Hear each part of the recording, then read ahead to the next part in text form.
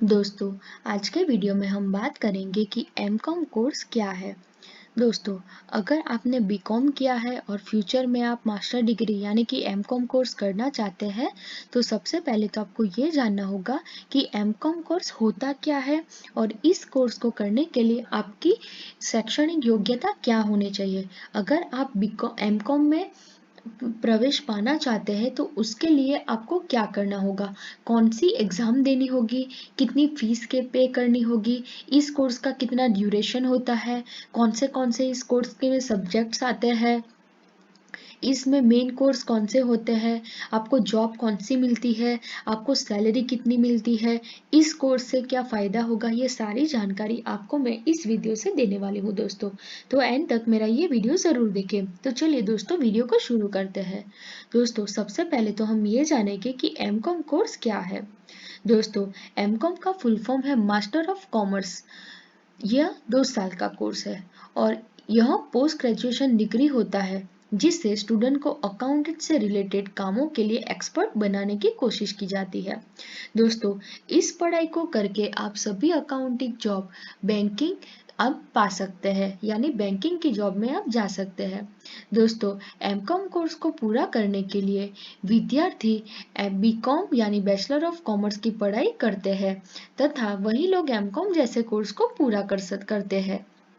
दोस्तों, यह post graduation की एक डिग्री है जिसे पूरा करने पे आप पोस्ट ग्रेजुएट कहलाते हैं। हमारे देश में एमकॉम बहुत कोर्स यानी कि बहुत अधिक पॉपुलर है क्योंकि इसमें हम बिजनेस अकाउंटिंग, अकाउंटिंग तथा और भी कई तरह की पढ़ाई क्लियर करते हैं, जैसे कि बैंक में पैसे के लेन देन का पूरा हिसाब रखना, यह भी एमकॉम कोर्स के अंतर्गत ही आता है।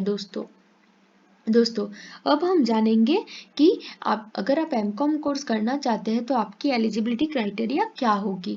दोस्तों, आप अच्छे मार्क्स से अपनी 12th की पढ़ाई पूरी कर सकते हैं।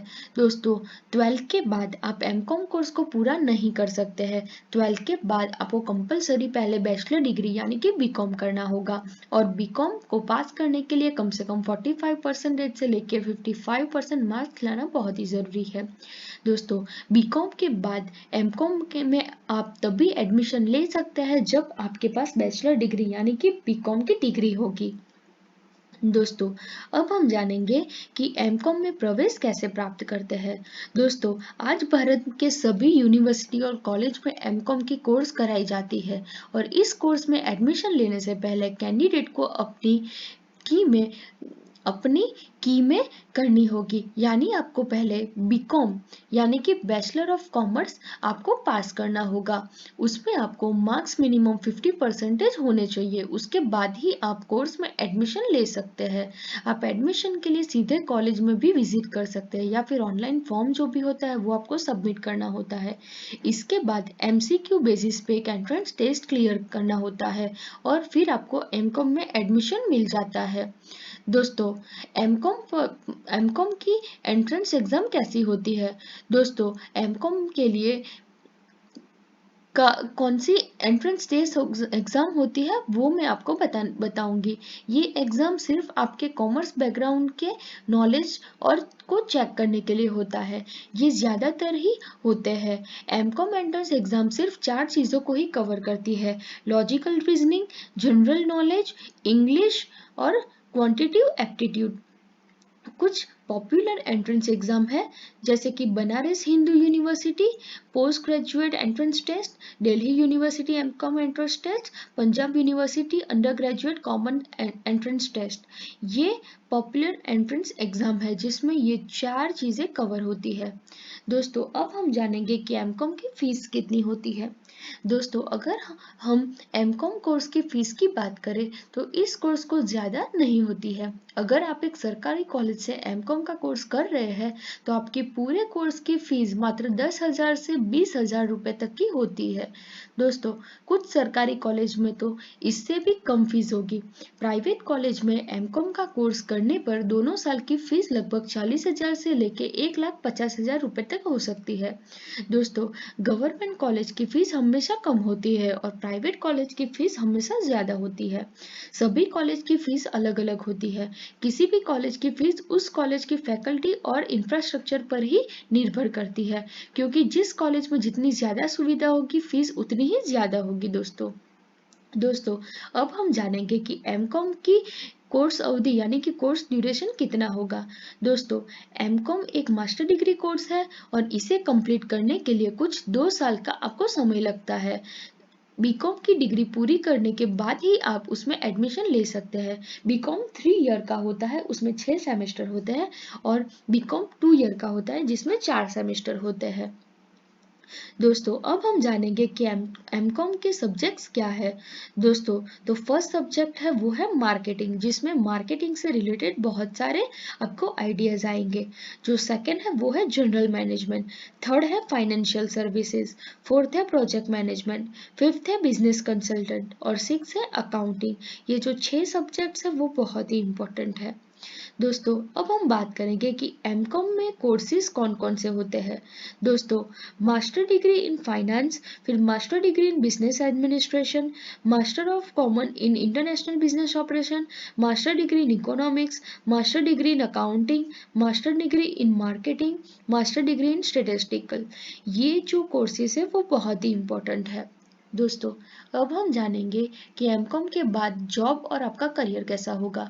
दोस्तों, एमकॉम को पूरा करने के बाद आपके पास कई सारे ऑप्शन होते हैं, पर फिर भी हम आपको इन सब से संबंधित कुछ बेहतरीन जॉब के बारे में बताने वाले हैं दोस्तों, जो आपको बहुत ही फायदेमंद होने वाला है। एमकॉम करने के बाद आप इस रूप में जॉब कर सकते हैं, जैसे कि बुक कीपर्स हो गया, ऑडिटर्स हो गया, budget analysis, business consultant, chief financial officer, charter management accountant, फिर ह्यूमन रिसोर्स मैनेजर यानी एचआर। आप फाइनेंशियल एनालिटिक्स बन सकते हो, आप इन्वेस्टमेंट एनालिटिक्स बन सकते हो, फाइनेंस मैनेजमेंट बन सकते हो, टीचर और लेक्चरर बन सकते हो, आप स्टॉक बॉक्सर में जा सकते हैं और मार्केटिंग मैनेजर बन सकते हैं। दोस्तों, अब हम जानेंगे कि एमकॉम करने के फायदे क्या क्या होते हैं। दोस्तों, एमकॉम कोर्स को पूरा करने के बाद आप एक अच्छे जानकार और एक्सपर्ट बन जाते हैं। दोस्तों, एमकॉम करने पर आप पोस्ट ग्रेजुएशन भी कहलाते हैं। दोस्तों, एमकॉम एक पोस्ट ग्रेजुएशन डिग्री ही होती है, जिसे करने पर आपके पास हर चीज का नॉलेज होता है। इसके बाद आप किसी बड़ी कंपनी में मास्टर के रूप में जॉब पा सकते हैं। दोस्तों, एमकॉम कोर्स करने पर आप किसी भी कॉमर्शियल कंपनी में जॉब पा सकते हैं। इस कोर्स को करने पर आप बैंकिंग या अकाउंटिंग जैसी किसी भी तरह की लाइन में जॉब ले सकते हैं। दोस्तों, एमकॉम के बाद सीए भी बन सकते हैं, जो प्रोफेशनल कहलाती है। दोस्तों, एमकॉम करने के बाद विदेश में आसानी से आपको जॉब प्राप्त हो सकती है। दोस्तों, एमकॉम करने पर आप किसी भी कॉमर्स स्टूडेंट को भी पढ़ा सकते हैं या फिर कॉर्पोरेट सेक्टर में रिसर्च की जॉब भी कर सकते हैं। दोस्तों, अब हम बात करते हैं एमकॉम के सैलरी के बारे में। दोस्तों, अगर आप एमकॉम पास करते हैं उसके बाद आपकी सैलरी कितनी होगी। दोस्तों, कोई भी कोर्स करने के बाद आपको उसके जॉब प्रोफाइल में अच्छी सैलरी ना मिले तो वो केवल कोर्स ही सिर्फ जिम्मेदार नहीं होता है, आपकी नॉलेज में भी कुछ ना कुछ कमी होगी तभी आपको कम मिलता है। दोस्तों, कोई भी स्टूडेंट अपने को बहुत अच्छा बनाने के लिए कोई कोर्स करता है। एक एमकॉम ग्रेजुएट की एवरेज सैलरी 3 लाख से लेके 5 लाख तक हो सकती है। अगर आप कॉमर्शियल स्ट्रीम से के स्टूडेंट हैं तो यह कोर्स बिल्कुल आपके लिए सही रहेगा, आपके करियर ऑप्शन के लिए। दोस्तों, अगर आपको मेरा वीडियो पसंद आया है तो मेरे वीडियो को आप लाइक कर सकते हो और मेरी चैनल को सब्सक्राइब कर सकते हैं। धन्यवाद दोस्तों।